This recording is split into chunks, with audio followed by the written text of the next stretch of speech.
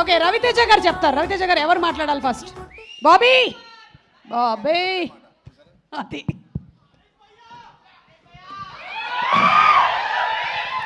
అందరికీ నమస్కారం అండి. Good evening.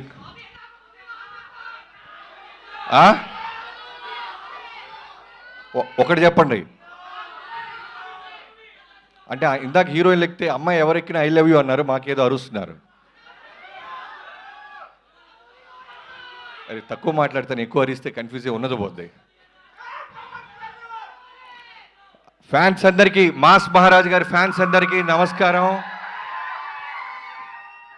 నాకు ఎప్పుడు రవితేజ గారిది ఏ ఈవెంట్ ఉన్నా పిలిచినా పిలవపోయినా నాకే వచ్చేయాలనిపిస్తుంది. ఎందుకంటే 2014 మీ అందరికి గుర్తుందో లేదో, ఇవాళకి నేను ఎన్ని సినిమాలు తీసినా, ఎన్ని బ్లాక్ బస్టర్లు తీసినా, ఆ ప్రోమో అన్నా నీలాంటి ఒకడు ఉండాలి ఇండస్ట్రీకి, ఎంతోమంది ట్రైన్లోకి వచ్చిన అసిస్టెంట్ డైరెక్టర్ చేసే ఒక వీసా మీరని చెప్పాను. అలా ఇవాళ రోజున ఎంతోమంది డైరెక్టర్లు మేము ఏ సినిమాలు చేసినా నువ్వు పెట్టిన భిక్షే అన్న, మీరు అవునన్నా కాదన్నా, వీ లవ్ యూ ఆల్వేస్. నేనింతేలో డైలాగ్ ఉంటుంది, సక్సెస్ వచ్చినా ఫ్లాప్ వచ్చినా సినిమా సినిమా సినిమా అని. అది డైలాగ్ కాదు, ఆయన వ్యక్తిత్వం. సక్సెస్ వచ్చినా షూట్లోనే ఉంటారు, ఫెయిల్యూర్ వచ్చినా మళ్ళీ షూట్లోనే ఉంటారు. హానెస్టీగా డైరెక్టర్ ఏది చెప్తే అది చేసుకుంటూ వెళ్తున్న మాస్ మహారాజ్ గారికి త్వరలోనే చేస్తాను తమ్ముళ్ళు, త్వరలోనే చేస్తాను. గ్యాప్ లేకుండా దూసుకుంటూ వెళ్ళిపోతున్నారు ఆయన. ఏదో ఒక గ్యాప్లో అప్లికేషన్ పెట్టి వచ్చేస్తాను. సో నాకు మొన్న ఎవరో సినిమా మన రవితేజ గారి సినిమా ఏదన్నా సరిగ్గా చేయకపోతే కొంతమంది, చాలా తక్కువ మంది ఉంటారు ఆయనకి శత్రువులు, ఐ మీన్ యాంటీ ఫ్యాన్స్ అనేవాళ్ళు చాలా తక్కువ మంది ఉంటారు. వాళ్ళల్లో ఒకళ్ళిద్దరు రవితేజ గారు రెగ్యులర్ సినిమాలు చేస్తున్నారా అంటే ఎంత కోపం వస్తుందంటే, అందరికంటే చాలా కాన్సెప్టోరియల్ సినిమాలు చేస్తున్న ఆయనే.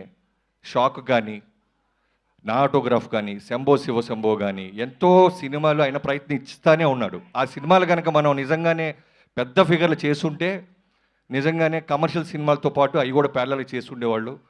కమింగ్ టు దిస్ ఈ ఫిల్మ్, కిషోర్ తిరుమల డార్లింగ్, తను నా పవర్ సినిమాకి ఫస్ట్ టైం నాకు రవితేజ గారి సినిమా అవకాశం ఇచ్చినప్పుడు భయంగా ఉండేవాడిని. ప్రతి ఒక్కరికి పురిటి నొప్పులు అంటారు చూసారా, ఒక డెలివరీ పెయిన్స్, ఒక బేబీని డెలివరీ చేసినంత భయం, ఫోకస్డ్ ఉంటుంది. ఆ టైంలో నాకు డైలాగ్స్కి హెల్ప్ చేసిన కిషోర్ ఇప్పటికీ మర్చిపోయిన. Thank you so much darling.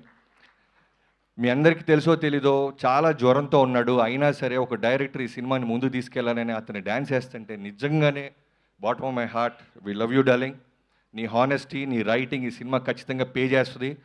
అన్నిటికంటే ముందు ఈ సినిమా క్వశ్చన్ పేపర్ నాకు ఒకటి లీక్ అయ్యింది. జనరల్గా ఒక ఆ వ్యక్తి పేరు ఇప్పుడు చెప్పను, బ్లాక్ బస్టర్ అయిన తర్వాత చెప్తాను.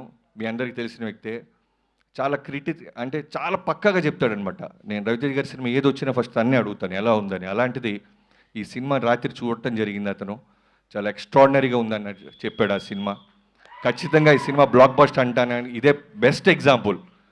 చాలా కాన్ఫిడెంట్గా చెప్తాను ఈ సినిమా బ్లాక్ బస్టర్ అవుద్ది. పూర్ణంగా లోడింగ్ చేద్దాం. So coming to the heroines, ఇద్దరు అమ్మాయిలు చాలా బాగా చేశారు, ఆషికా గారు అండ్ డింపుల్ గారు. సంక్రాంతికి మీరు కూడా ఒక బ్లాక్ బస్టర్ని టేస్ట్ చూడబోతున్నారు. And coming to all the actors, మిగతా వాళ్ళందరికీ, సీనుకి, తారక్ పొన్నప్ప గారికి అందరికీ. అండ్ టెక్నీషియన్స్ గురించి వస్తే మూరెళ్ళ గారు, నేను మూరెళ్ళ అన్న ప్రసాద్ అన్న అంటుంటున్న వెంకీ మామకు చేశారు. ఈ సినిమా ముందు ఒకే మాట చెప్పాడు, రవితేజ గారిని అన్ని సినిమాల్లోకి అందంగా చూపించబోతున్నాను తమ్ముడు అని. అది రిఫ్లెక్ట్ అవుతుందన్న. అండ్ ఆర్ట్ డైరెక్టర్ ప్రకాష్ గారికి, ప్రకాష్ గారు సంక్రాంతికి ఎన్ని సినిమాలు ఉన్నాయి మన లిస్ట్లో, మీది భీమ్స్కి. So I wish you all the best Bheems. ఒక పక్క చిరంజీవి గారి సినిమా పాటలు బ్లాక్ బస్టర్ అయినాయి, అలానే ఈ సినిమాలో పాటలన్నీ బ్లాక్ బస్టర్ అవుతున్నాయి. ఎప్పుడో నేను మణి శర్మ గారిని చూసేవాళ్ళం, ఒకే సీజన్లో ఒకే సంక్రాంతికి ఒక మ్యూజిక్ డైరెక్టర్కి ఇన్ని సినిమాలు రావటం, తర్వాత నిన్నే చూస్తున్నాను. I wish you all the best. And Sudhakar గారు సింపుల్గా మాట చెప్పేసి వెళ్ళిపోయారు. మీకు సింపుల్గా ఫ్యాన్స్ బ్లాక్ బస్టర్ సింపుల్గా రిటర్న్ ఇస్తారు. I wish you all the best. ఎవరైనా మర్చిపోతే క్షమించండి. Thank you so much. Thank you so much. సభాముఖంగా ఈరోజు భర్త మహాశయులకు విజ్ఞప్తి సినిమా కాబట్టి మీ ఆవిడికి ఏమైనా మీరు చెప్పాలనుకుంటున్నారా? మా ఆవిడికి నేను ఫోన్లో చెప్తే ఎందుకు మైక్లో. ఓకే, కానీ మీరు ఒకవేళ పార్టీకి లేట్ అవుతుంది అని చెప్పాలి, ఒప్పించాలంటే ఏం చేస్తారు? వేరే భర్తలకు కొంచెం అడ్వైస్. ఏమండి, మగాళ్ళందరూ మొగుళ్ళందరూ ఒకటే, బయట తోపులైనా సరే భార్యల దగ్గర బెండ్ అయి ఉంటాం అంతే. అది okay, yeah got it. Very క్లీన్గా క్లియర్గా అందింది. Thank you so much. And Harishankar గారు, మీరు మాట్లాడే ముందు ప్లీజ్ ప్లీజ్ ఒక క్వశ్చన్ అడగాలి సార్. మీ వేలుకి ఏదో దెబ్బ తగిలింది, ఏమైంది? వద్దు, వెళ్ళిపోతా.